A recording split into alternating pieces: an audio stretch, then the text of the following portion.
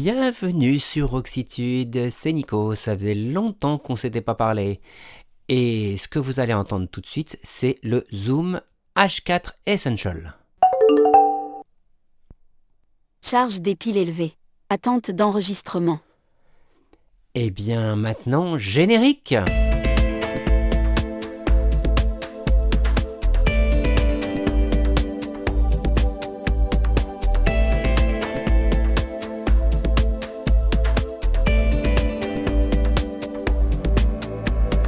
Le Zoom H4 Essential, si je ne me trompe pas, c'est la troisième mouture de cet enregistreur numérique audio. Ça fait facilement 20 ans, je sais pas, le premier Zoom H4 il a dû sortir en 2006 ou 2005 je crois. Donc vous voyez, ça fait longtemps que cet enregistreur numérique existe et là c'est au moins la troisième mouture. J'ai connu le H4 premier du nom, ensuite je crois qu'il y a eu le H4N Pro et maintenant le Zoom H4 Essential. Bon, il y en a peut-être eu un entre il y a peut-être eu le Zoom H4N et puis après la gamme N Pro. Bref, ce modèle est muni d'une fonction de guide vocal, un peu comme certains enregistreurs Olympus, le LS12 et le LS100. D'ailleurs, il est plus proche du LS100 que du LS12 parce qu'il a deux connectiques XLR avec alimentation fantôme. Donc c'est quand même plus proche du LS100. C'est un enregistreur qui va coûter dans les 200 €. Je crois que là ça coûte 220 €. Donc peut-être que si vous écoutez ce podcast 2 ans plus tard, en 2026, il coûtera peut-être 200 €. Je ne peux pas vous dire comment le prix va fluctuer. Mais voilà, c'est un enregistreur qu'on trouve dans les 200 €. Je vais vous le décrire. Tout en haut, on a un couple de microphones intégrés en couple XY. Donc vous avez ces deux micros apparents. On voit vraiment deux petits bitoniaux. On reconnaît bien les micros tout en haut de l'enregistreur.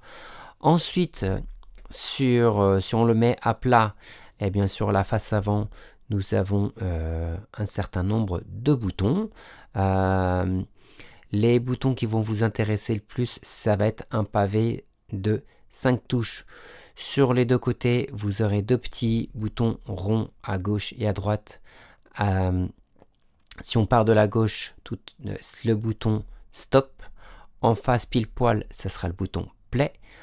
En dessous de ces deux boutons, vous aurez le bouton avancer et reculer. Au milieu, vous allez retrouver un bouton circulaire qui sera tout simplement le bouton REC avec un cercle de relief tout autour pour pas le rater. Et ils ont bien pris soin que ce soit un bouton identifiable. En dessous de cette rangée-là, on a une petite ligne avec trois boutons. Un bouton mémoire 1 et un bouton mémoire 1. Je pense que c'est pour une commande de fonction rapide que je n'ai pas pris le temps de personnaliser. Au milieu, vous avez un bouton mute qui mute les micros. Et ensuite, à droite, vous avez le bouton de mémoire 2. Tranche de gauche, on a tout d'abord une entrée microphone 3,5 et qui pourrait sûrement servir aussi d'entrée ligne. On descend, ensuite on a la sortie casque, un potentiomètre, une roulette qu'on peut lever ou baisser pour le volume audio.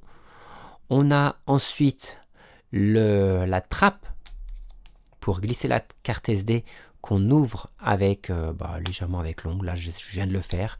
Ensuite à l'intérieur on a juste à insérer la carte micro SD qu'on peut rentrer et sortir comme ceci. Là je ferme la trappe comme vous entendez. Ensuite sur la tranche de gauche on n'a plus rien. Face à nous sur la tranche on a les deux prises XLR pour mettre deux microphones.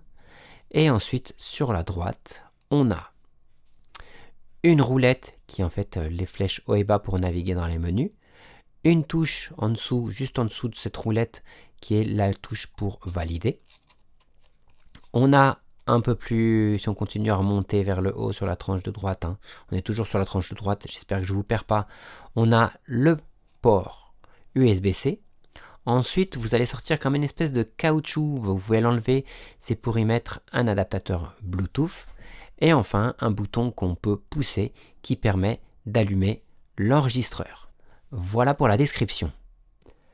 On va écouter un petit peu les menus pour que vous voyez comment c'est accessible. Réglage d'entrée. Réglage de sortie. Réglage d'enregistrement. Tiens, on va lire dans les réglages d'enregistrement. Fréquence d'échantillonnage. Voilà la fréquence de l'échantillonnage. Préenregistrement. Si on veut mettre un petit préenregistrement, que ça déclenche un enregistrement 5 secondes avant, par exemple. Tiens, Désactiver. moi je l'ai en désactivé, mais Retour. Activer. Activer. tiens, bon, activons-le. Préenregistrement. Source d'enregistrement. Préenregistrement.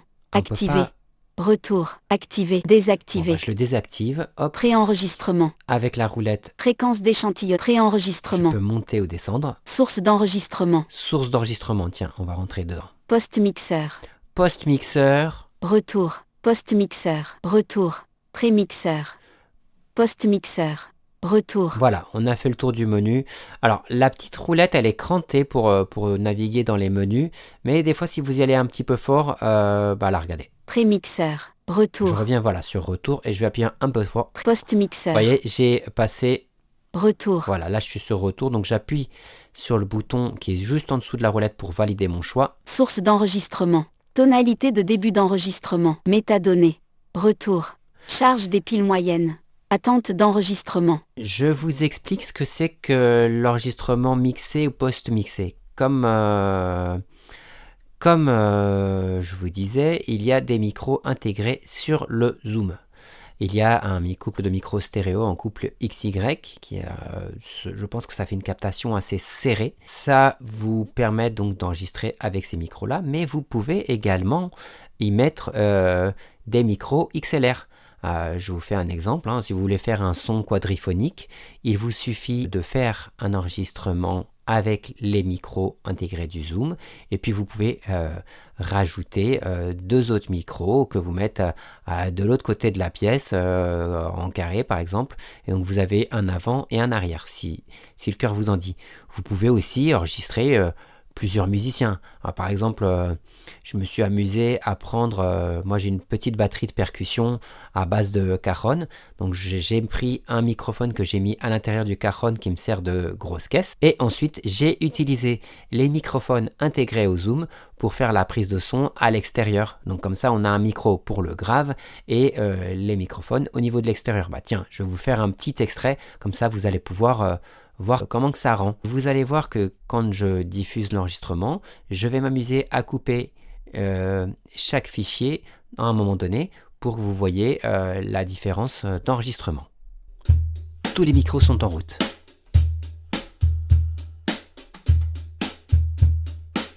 J'ai coupé la grosse caisse.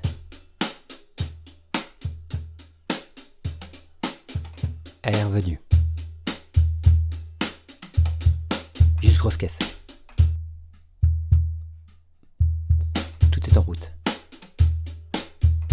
Coupé grosse caisse. Et remis.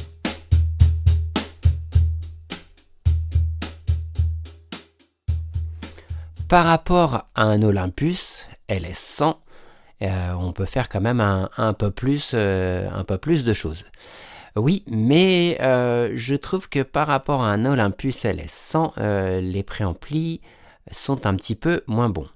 Par ailleurs, vous pourriez me dire, dis donc Nico, ta prise de son stéréo, c'est pas terrible.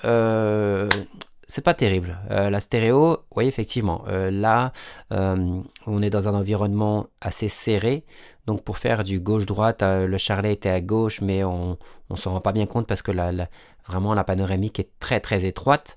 Eh ben, c'est pas terrible. Donc, ce qu'on va faire, c'est que je vais vous faire un autre enregistrement fait avec les micros du Zoom. Comme ça, vu qu'on parlait du bruit des préamplis, vous allez entendre le léger souffle qu'il y a. Vous allez entendre une prise de son dans mon salon où vous entendrez une horloge qui tic-tac et mon épouse qui tape, qui écrit au clavier.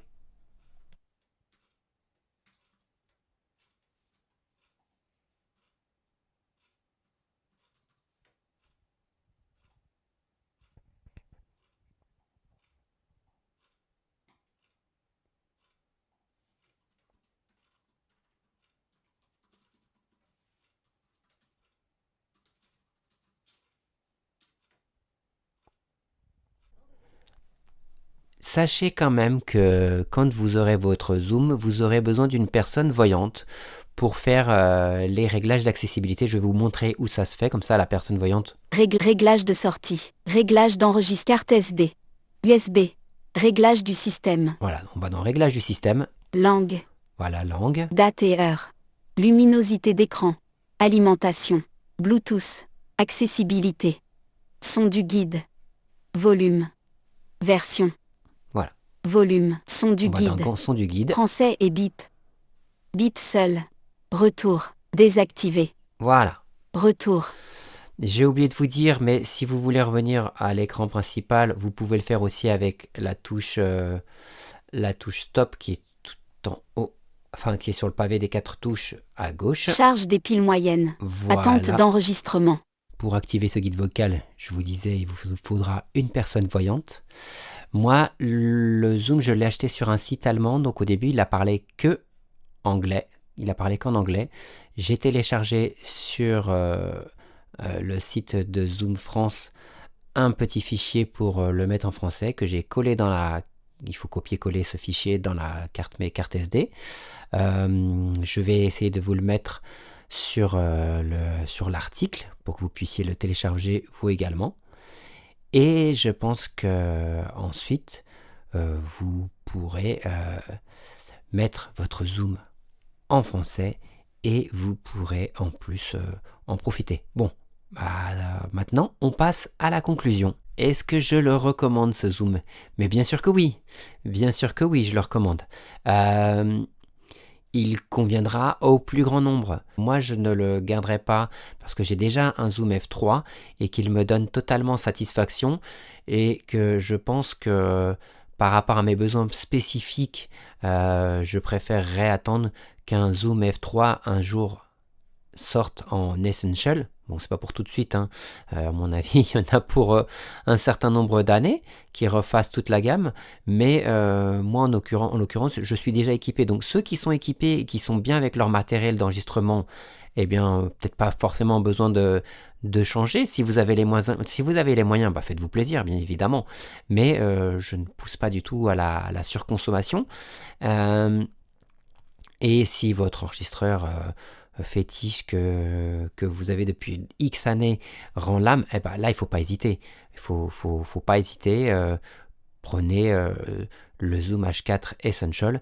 Évidemment, si vous avez besoin de plus de préampli ou un modèle plus premium, il va falloir patienter que d'autres modèles, parce que tous les modèles de Zoom, à mon avis, vont sortir accessibles avec ce guide vocal.